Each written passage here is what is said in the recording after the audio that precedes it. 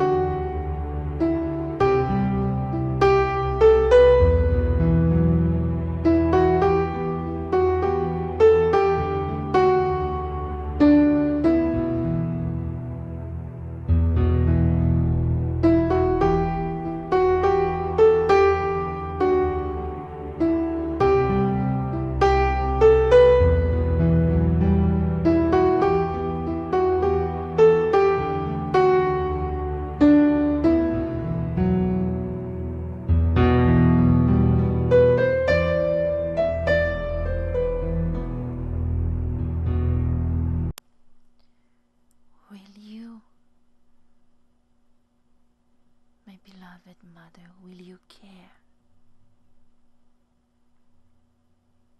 Before our crucified Lord, Mother, I take you,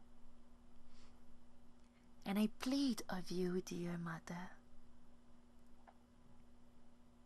to not make any choices until I am born. I plead of you, Mother, to wait for my birth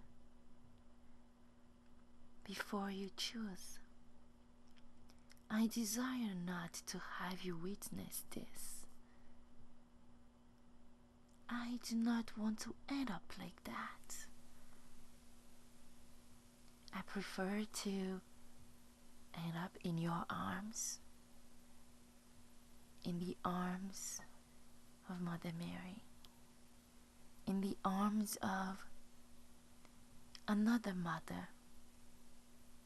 Should you still not feel ready to keep me after my birth? And that is why today, Mother, I plead of you to consider adoption, to consider helping me fulfill my dreams as much as God will permit you to fulfill your dreams. Instead of considering abortion. Many women, Mother, who have gone through this experience were never the same again. Not only they caused death to the child, but they also caused the death to themselves and their souls. That is why, Mother, today I plead of you and I to become revolutionary, that we switch the letter B for the letter D and the letter R for the letter P. I plead of you, Mother, to consider adoption.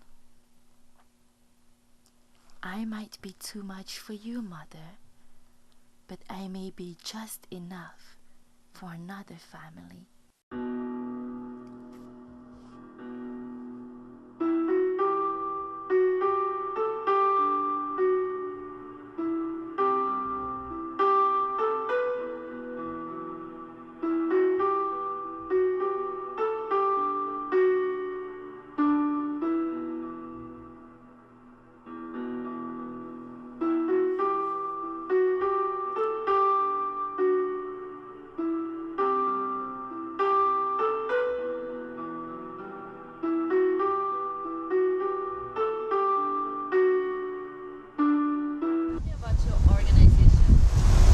Canadian Center for Bioethical Reform was started because we recognized there was a missing element in the pro-life movement here in Canada, which is to provide reasons for why abortion is wrong, and to stop avoiding the issue of what the unborn are.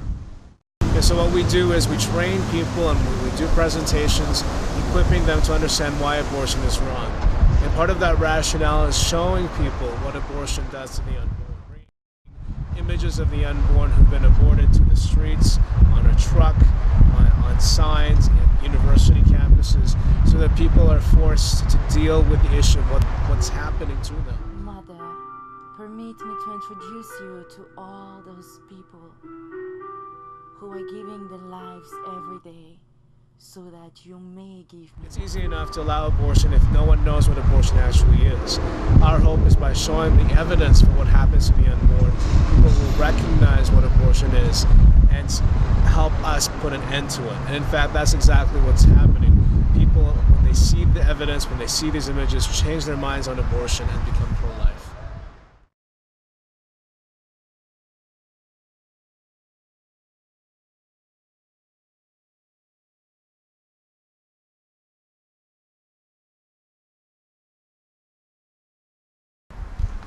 How many boards are you on? That's a good question. I don't know, 3 or 4 maybe? Yeah. Tell me about the ones that relate to pro-life. Well, first of all, I'm the president of Campus Pro-Life. It's a student union club at the University of Calgary. And I'm also part of the 40 Days for Life committee here in Calgary, and the Life Education Committee as a member of Campus Pro-Life in the Calgary area. How would you define abortion? For you, what is abortion? Abortion is an act of violence that dismembers, decapitates, disembowels an unborn child. And I guess it can take many forms. There's pills that cause abortion, you can have surgical abortions, but in the end it's the intentional killing of an unborn child. Are there different levels of pro-lifers? Different types? Well, I think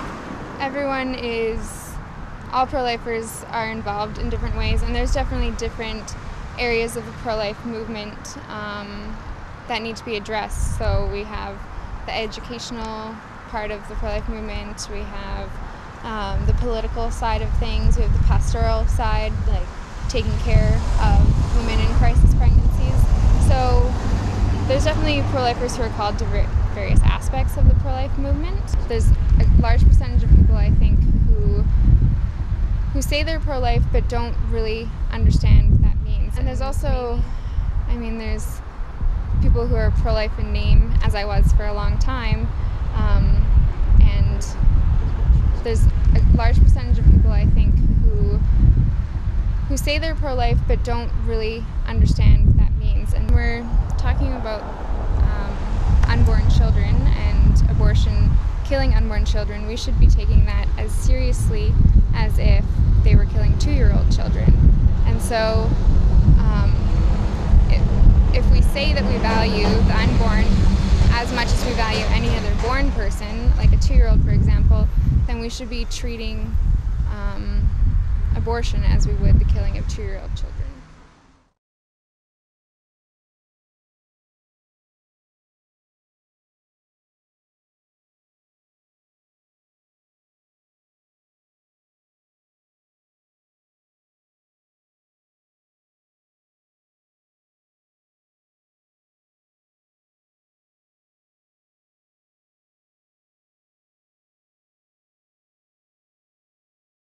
Why are you doing this? Because I came to the realization of the tragedy of abortion, and I realized that abortion destroys the life of the unborn child, but at the same time it destroys the life of the mother and the father who was involved. And for me, it's unacceptable that that continues to happen in our society. And Canada is a country with no abortion laws.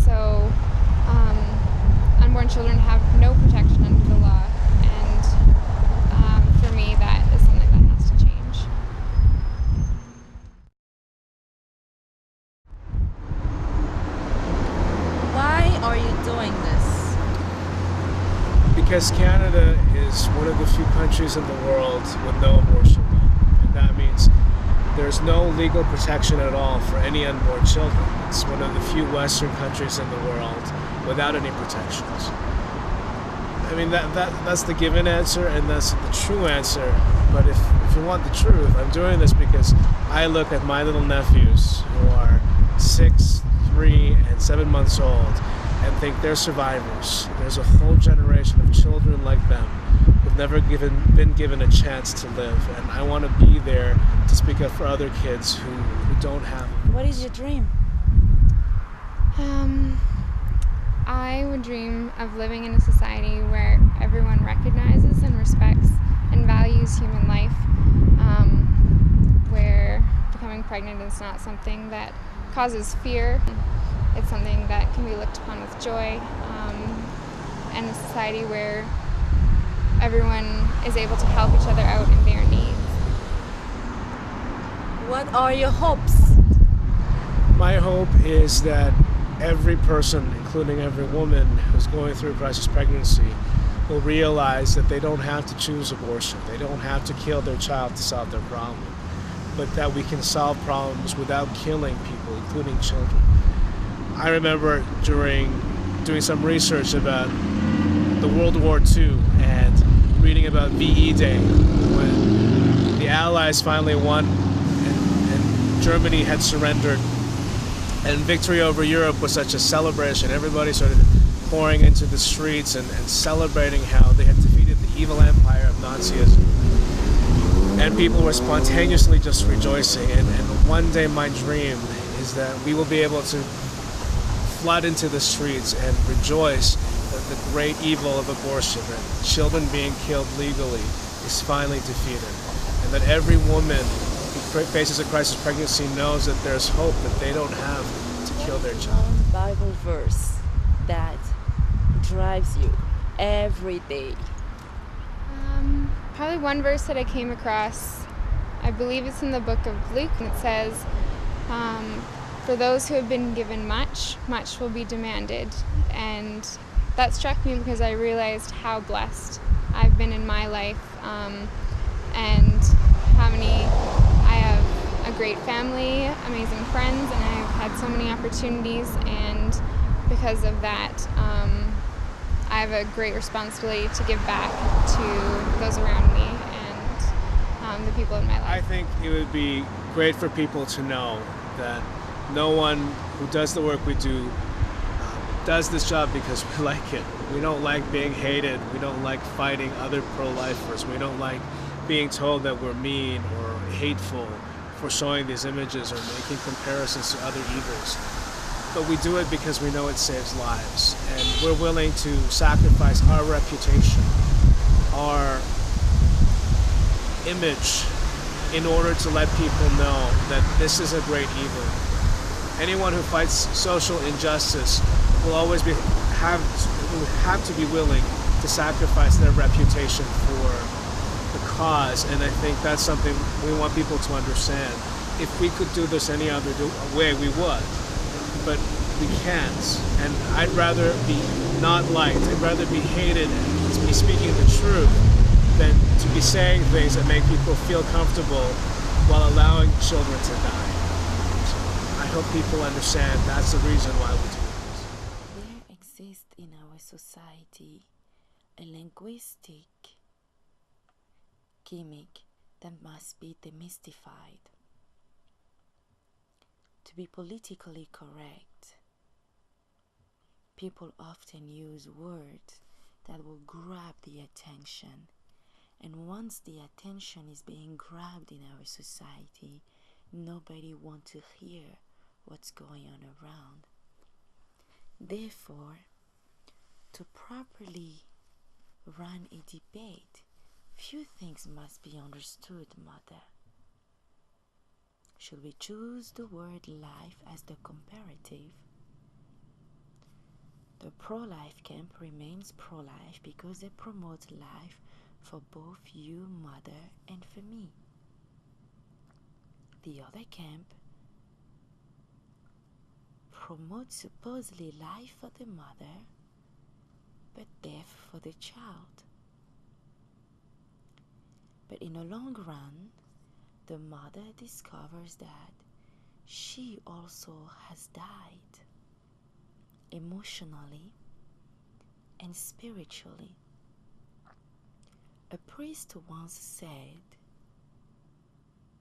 that once a woman has aborted her child, it is difficult for another child to come within that womb. The child is afraid, feels insecure,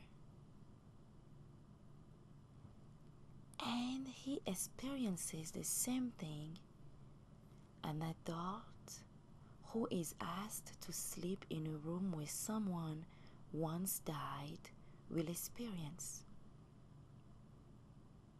There is fear.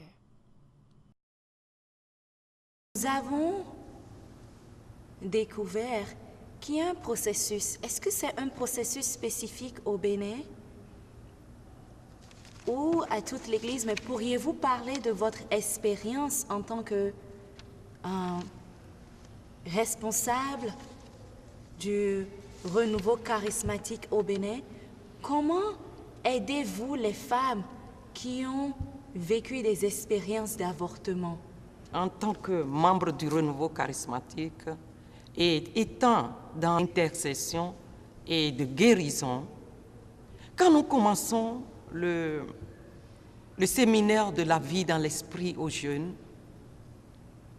dans le processus, à un moment donné du séminaire, des différents séminaires, ces jeunes sont obligés d'aller se confesser au prêtre avant d'obtenir l'effusion.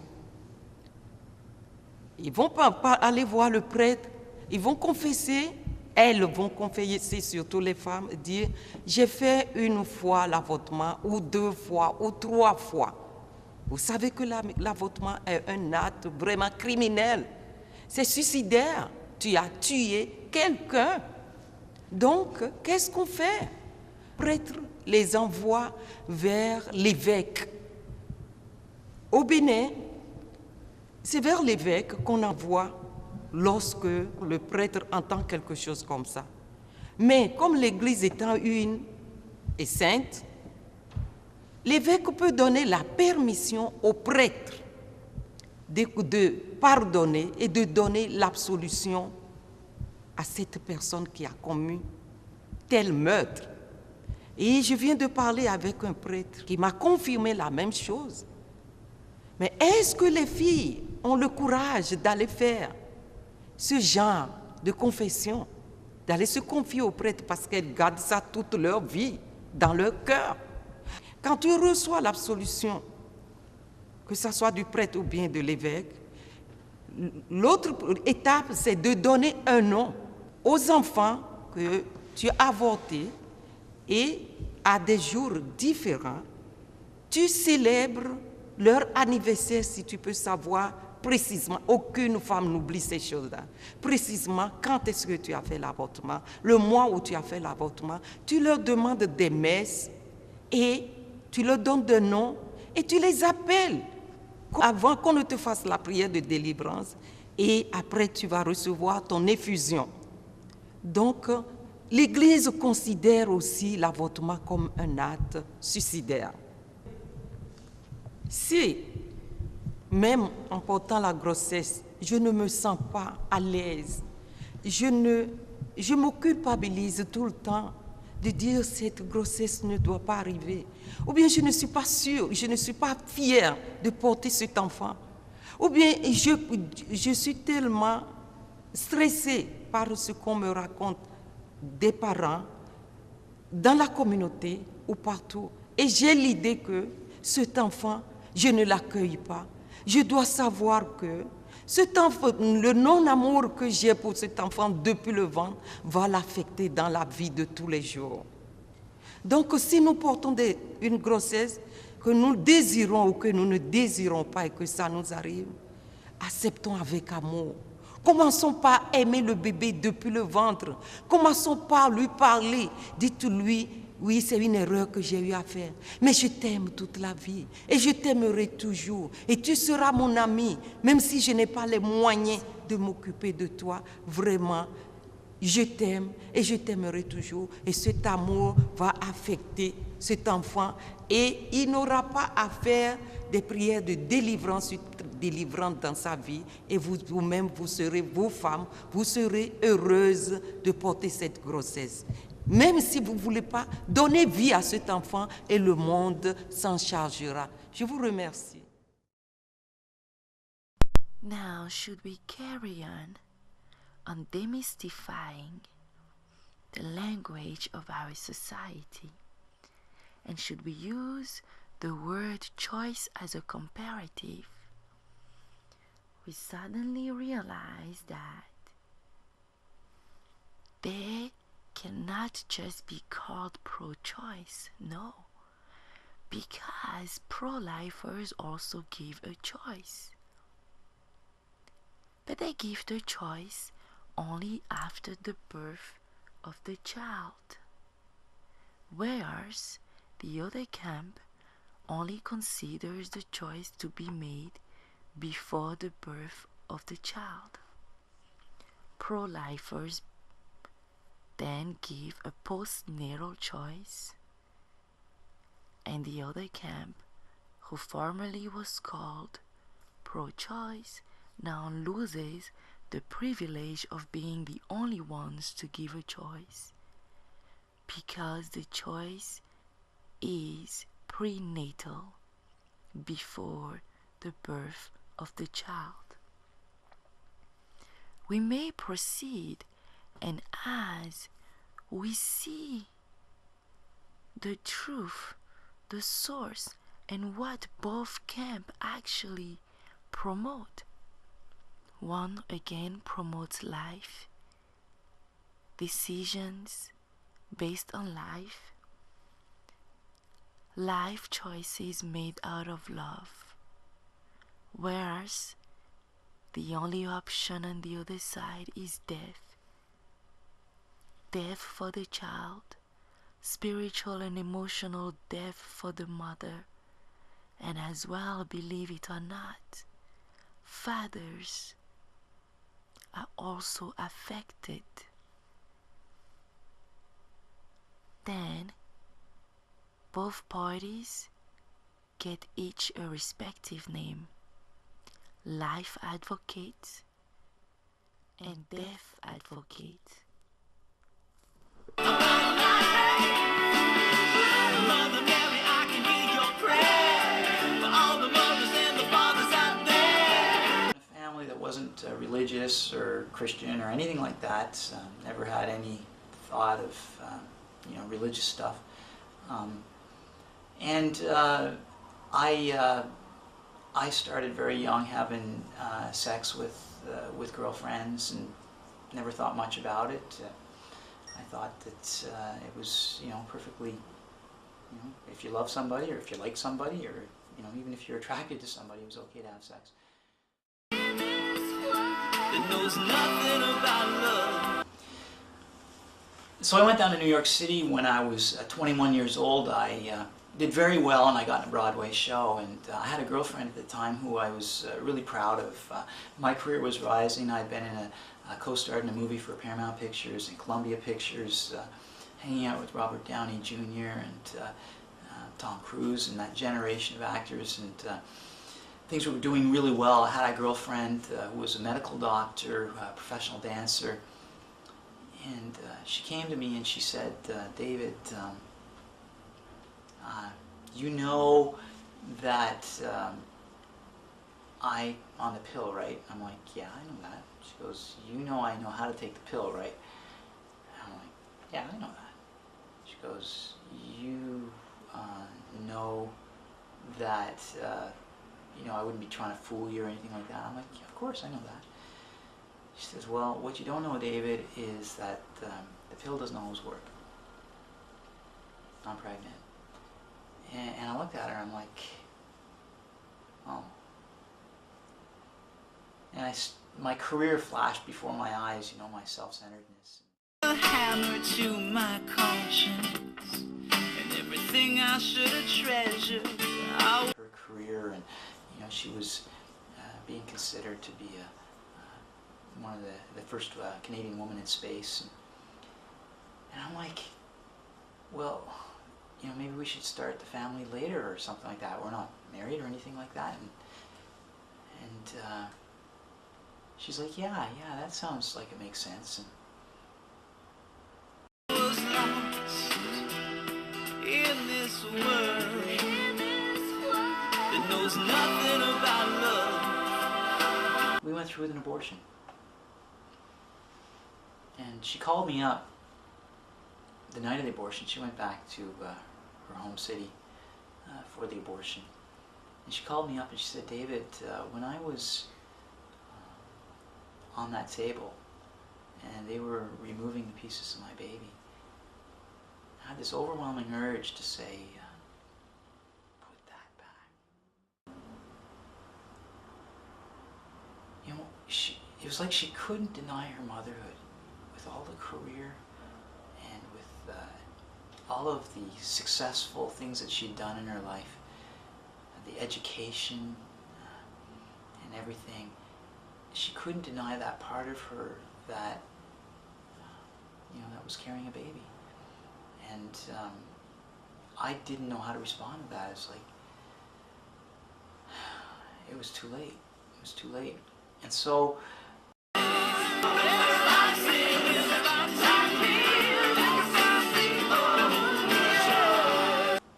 I saw a woman who was beautiful, strong, talented.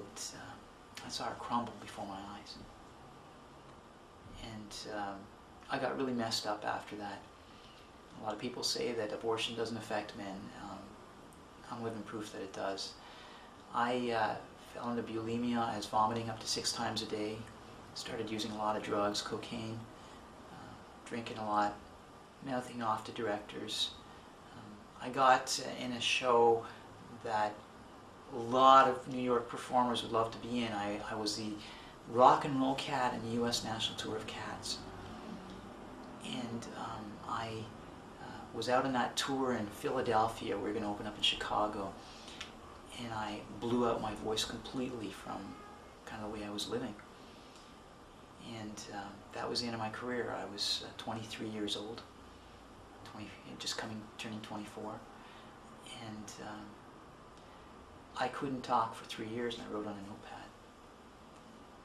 And it was during that time that I began to see my life and sort of look back on it in the selfishness, the incredible selfishness that I would, the thing I didn't understand was that when she was pregnant, I was not a potential father. That's the way I thought about it. I thought, well, we could be parents, but we have that option. And that was just wrong. I was a father. The question wasn't, do we become parents, or are we potential parents? The question was, what do we do about the fact that we already are parents? That was the decision that I had to make. I didn't know that. I'd never heard that abortion was wrong all the time when I was growing up, or I just never